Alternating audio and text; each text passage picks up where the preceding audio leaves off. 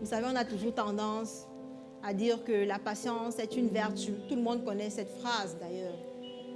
Mais combien l'implémente véritablement? Je suis devant vous aujourd'hui parce que j'ai un rêve.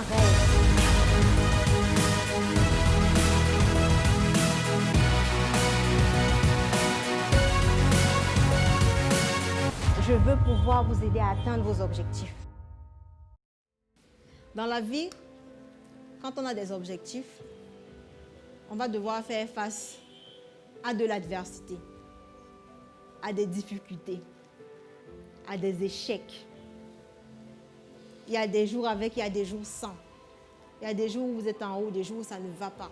Même la motivation, il n'y a pas. Mais vous devez pouvoir continuer. Vous ne devez pas baisser les bras. Vous devez persévérer. Dites-vous bien que si beaucoup de personnes avaient baissé les bras, nous ne serions pas là aujourd'hui. Rien que l'ampoule là, l'ampoule électrique, 10 000 essais, 10 000 essais avant d'avoir cette ampoule. S'il avait baissé les bras au bout de 2-3 essais, qu'est-ce qui se serait passé? Et c'est la même chose pour beaucoup de choses, hein. Que ce soit les avions, les bateaux, les voitures. Si ces personnes avaient baissé les bras, on n'aurait même jamais su que c'est possible.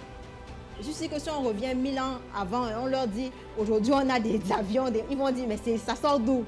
C'est pas possible, c'est impensable.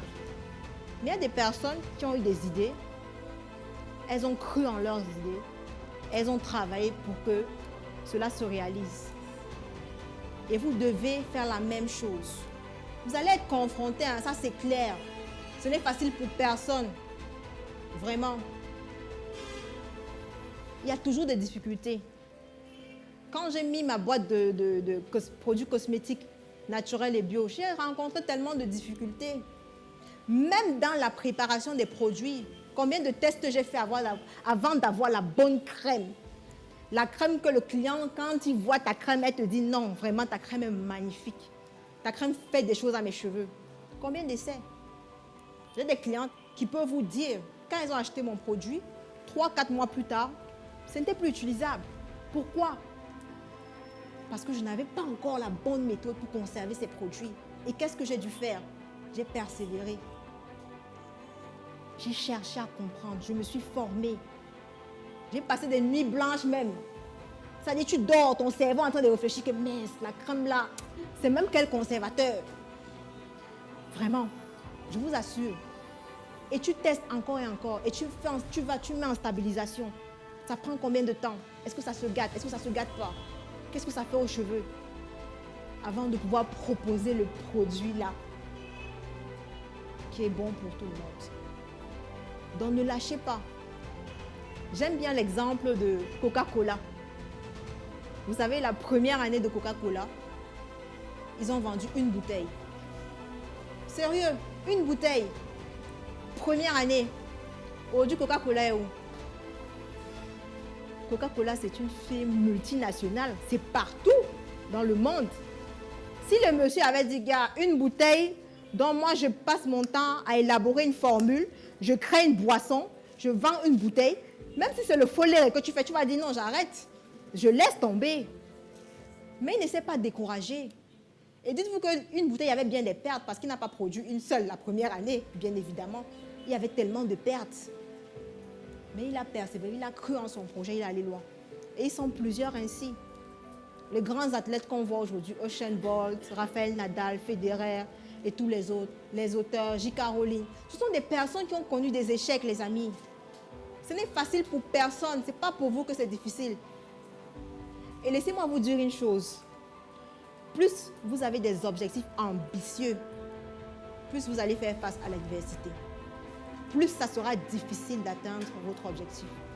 Plus vous devez vous armer de patience et de persévérance. C'est très important. Il faut persévérer. Ce n'est pas le miracle.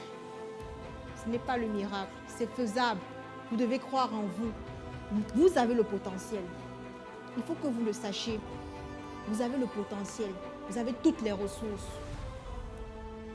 Le problème, c'est que vous ne croyez même pas en vous. Vous ne croyez pas en vous. Ne croyez pas que vous pouvez le faire alors que c'est le cas. Allez explorer votre potentiel. Développez-le. Persévérez.